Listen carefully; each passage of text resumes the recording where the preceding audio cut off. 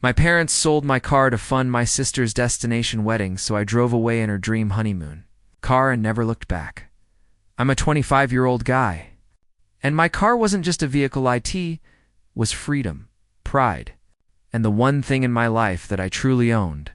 It wasn't some flashy sports car or a brand new SUV. It was a slightly beat-up but loyal 2011 Toyota Corolla with a stick shift and over 100,000 miles on it. I bought it with my own money I earned by working part-time through college, doing warehouse shifts, delivering food during snowstorms, and skipping vacations while everyone else partied. That car represented every sacrifice I made to break away from my family's suffocating grip. You see, I grew up in a house where everything revolved around my older sister, Amanda. She was the golden child homecoming queen, honor roll student, and apple of my parents' eyes. When she turned 18, they handed her the keys to a brand new Mazda and threw her a graduation party. That cost more than my entire tuition for a semester. I got a pat on the back and a reminder that real men work for what they want. I worked. I saved. I skipped out on things most people take for granted just to scrape together enough to buy that car outright. No loans, no co-signers, just me, a handshake, and a title with my name on it.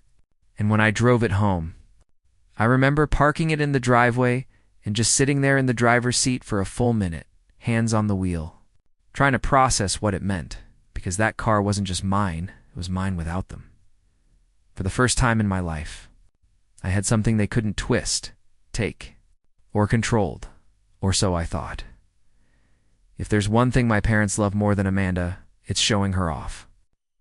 So when she got engaged, it was like the royal family announcing a new heir. Suddenly, every conversation in the house revolved around her dream wedding. My mom spent hours scrolling Pinterest for floral themes. My dad started practicing his toast in Amanda well. Amanda acted like she was marrying into royalty. I remember sitting at the kitchen table one night, exhausted from a 12-hour shift, when Mom casually said, "You'll help out with expenses, right? Family comes together during big moments." I thought she meant something small like decorations or helping move stuff. But then I heard Amanda's voice from the living room. "The resort in the Bahamas just confirmed? It's going to be perfect." My fork froze halfway to my mouth. A destination wedding? I didn't even have enough saved for a vacation, let alone a plane ticket. When I told them I couldn't afford it, my dad frowned like I'd said something shameful. "Your sister's only getting married once. You can contribute something. Don't be selfish." The word selfish hit like a slap. Selfish for not throwing away what little I had just to feed their image. Amanda, of course, played innocent. "It's okay, Dad," she said sweetly. "I know he's struggling." Then she looked at me and added, "Maybe one day you'll understand what real commitment looks like." That night, I sat in my car for an hour before going inside. The smell of old leather and motor oil was grounding, familiar. It reminded me that while they were busy planning her fantasy life, I'd built something real, something earned. But in a family like mine, earned never mattered as much as given. And soon, I'd find out just how little my hard work meant to them. It was a Tuesday morning. I remember because I had an early shift at the warehouse and was already running late. I grabbed my thermos, slung my backpack over one shoulder, and walked out the front door with half a piece of toast still in my mouth. But when I got to the driveway, my car was gone. At first, I froze. I actually checked to make sure I was standing in the right spot, like maybe I was sleepwalking or dreaming or just going crazy. I looked up and down the street, then called out for my dad, thinking maybe he'd moved it to let someone else park. Nothing, just silence. My chest tightened, panic rising like acid in my throat. I called the police. I reported it as stolen. They said they'd send someone over. I remember pacing on the sidewalk in front of the house, hands shaking, wondering who could have done it. Did someone break in? Had it been towed? I was about to lose my mind when my dad strolled outside in his robe, coffee in hand. "Oh, that," he said casually, like we were talking about trash day. "We sold it." I blinked. "What?" "Yeah," he repeated. "Amanda needed some help covering the resort upgrades. You weren't really using it much lately, right?" I felt like the ground split under my feet. That car was mine. It was registered in my name. I paid for every oil change, every tank of gas, every scratched-up tire. My mom joined him on the porch, rolling her eyes like I was throwing a tantrum. "It's just a car," she said. "Stop being dramatic. You're not a kid anymore." But I wasn't being dramatic. I was being robbed. And the worst part? They didn't even think they'd done anything wrong. I didn't scream. I didn't cry. I just stood there numb, trying to process what they were saying to me like it was normal. Like selling my car behind my back wasn't theft. "You had no right," I said, voice low, hands clenched so tight my knuckles turned white. "That car was mine, legally. You didn't even tell me," my dad scoffed. "You're being overdramatic. We gave you a place to live rent-free for years. Don't act like you've been some saint." "First off," I snapped, "I do pay rent. You cash my checks every month. And second, that car had nothing to do with you. You had no right to touch it," my mom chimed in, folding her arms like she was the victim here. "Amanda needed the help. You know how important this wedding is? It's not like you don't have other ways to get around. There's Uber, buses." I looked at both of them. People who raised me. People who always claim family comes first. And I realized for them, family meant Amanda. Always Amanda. She showed up that night with a bottle of champagne and that same smug smirk she always wore when she won. "I heard about your little meltdown," she said, brushing past me like I was invisible. "Don't worry. We'll make sure the honeymoon's.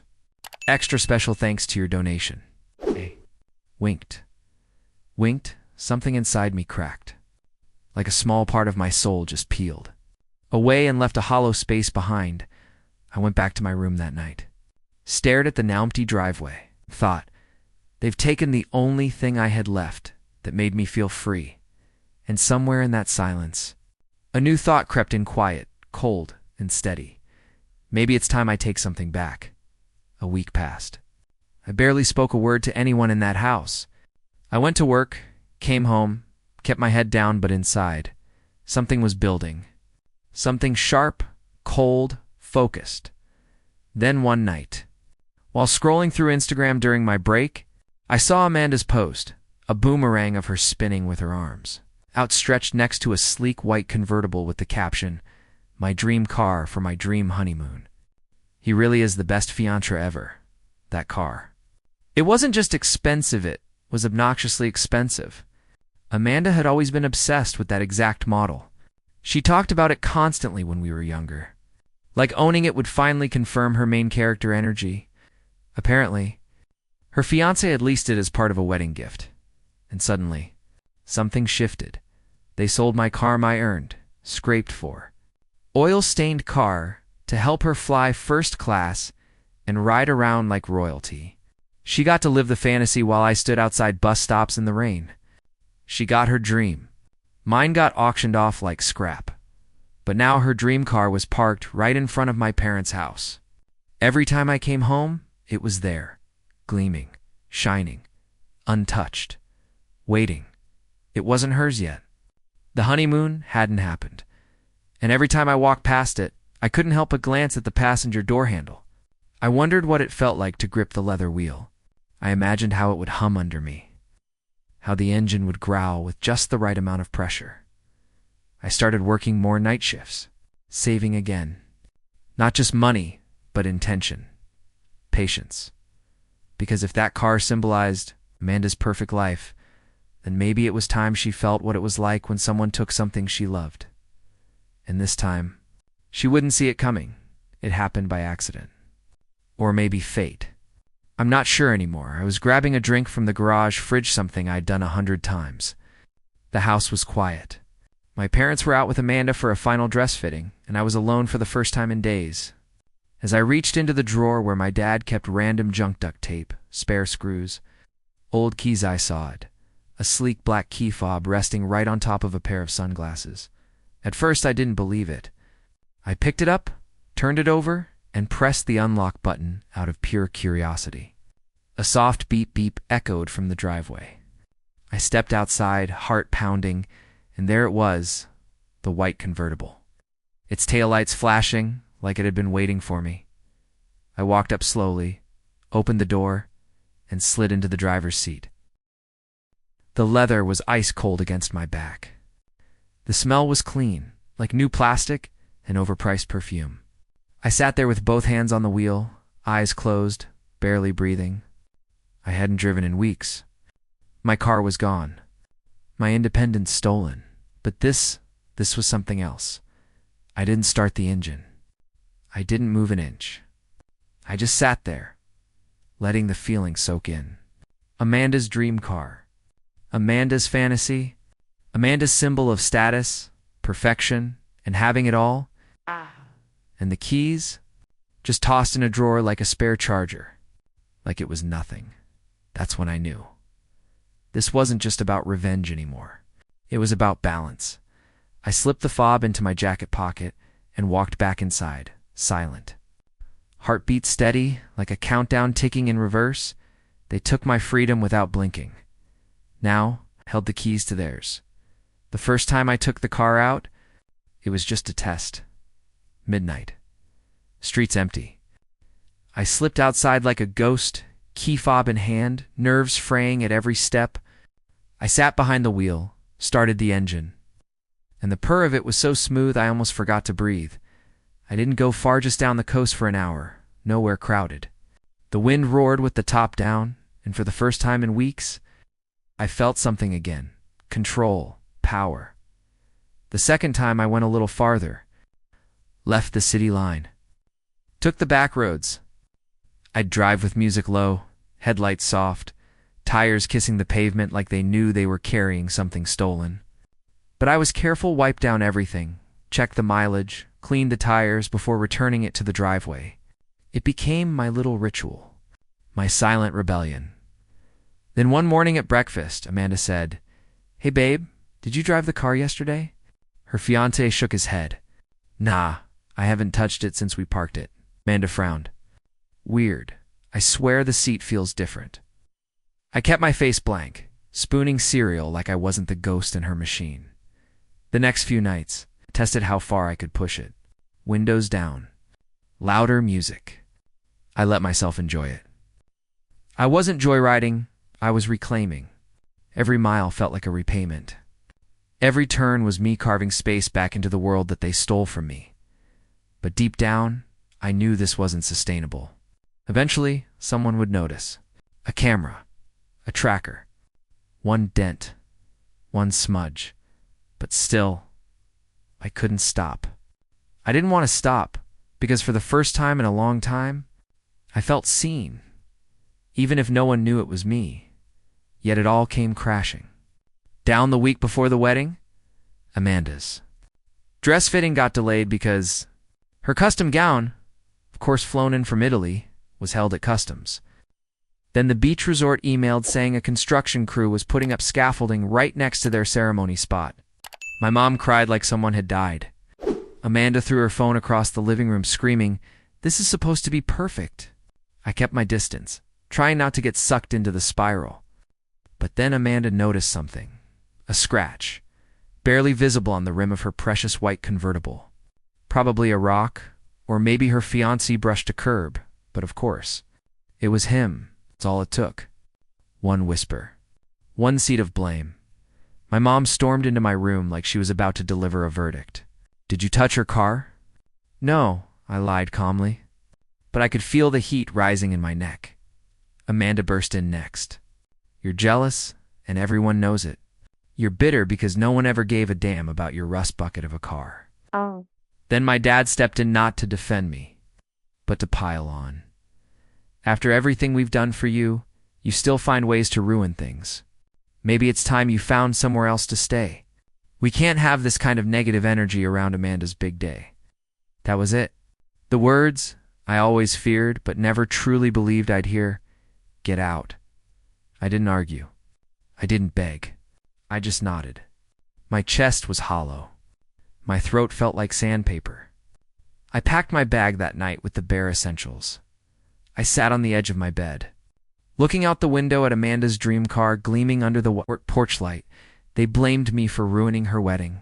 But what they didn't know was I hadn't even started yet.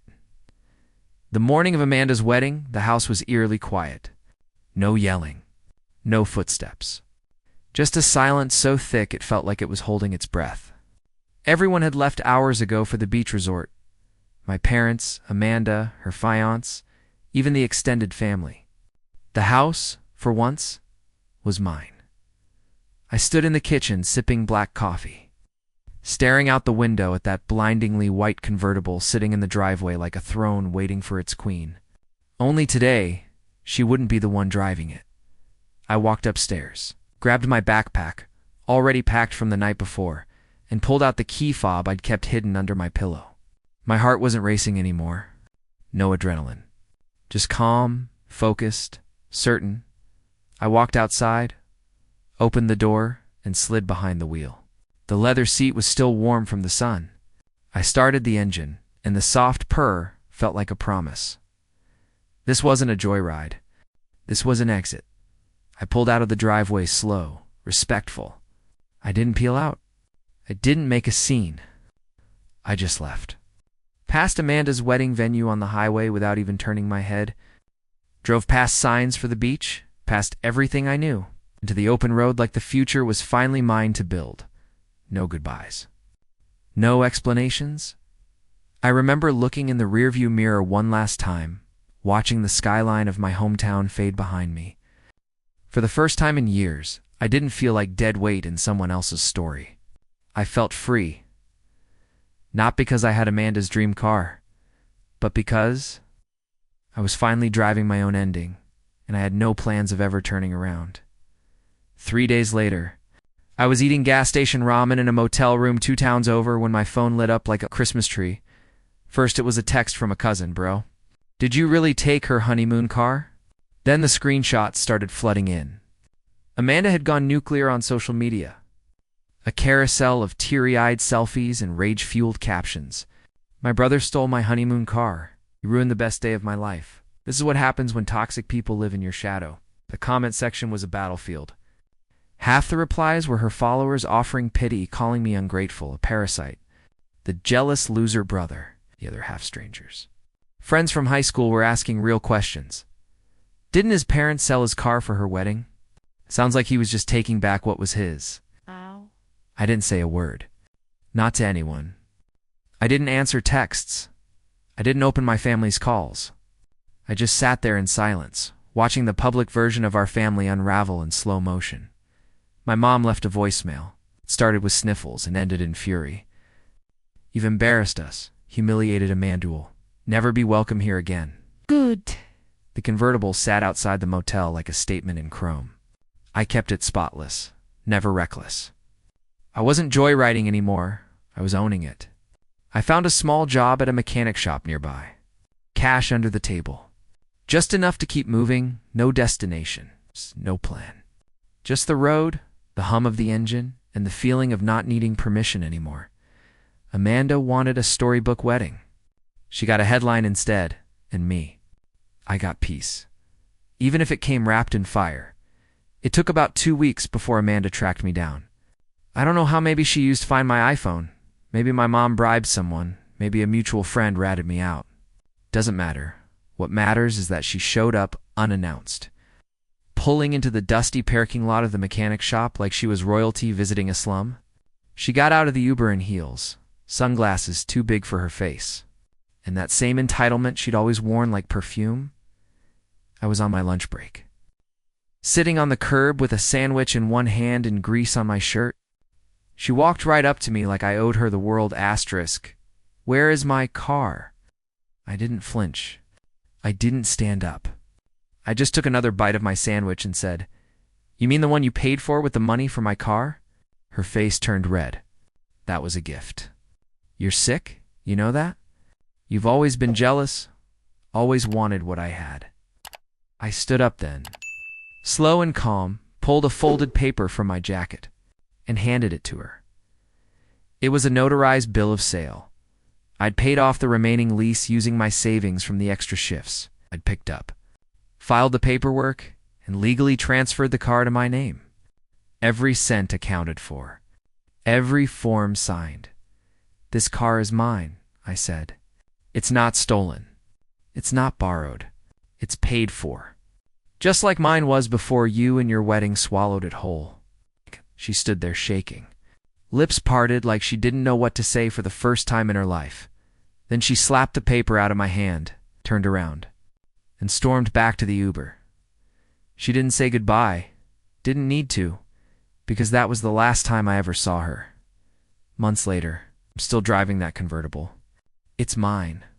Every scratch, every gleam, every hum of the engine reminds me of how far I've come, how much they underestimated me. I don't talk to my parents anymore. I deleted their numbers. I don't answer texts, Amanda. A ghost in my rearview mirror? I rented a small apartment in a quiet town, got a steady job at a local garage, and started saving again. The freedom I feel now is intoxicating.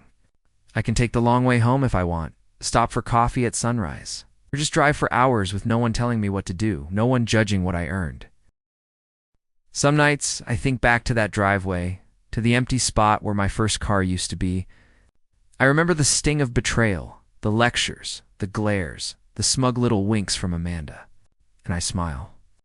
Not because I took her car, not because she panicked or raged online, but because I finally understand what it feels like to keep something that's truly yours, something earned, fought for, and respected. Freedom isn't cheap, and revenge isn't always loud. Sometimes it's just a quiet drive down a highway at sunset. The wind whipping your hair, and knowing you finally get to write your own story. And me? I'm done looking back. The rearview mirror is for the scenery, now not for ghosts, not for people who never had my best interests at heart. This time, the ride is mine, and I'll never give it back.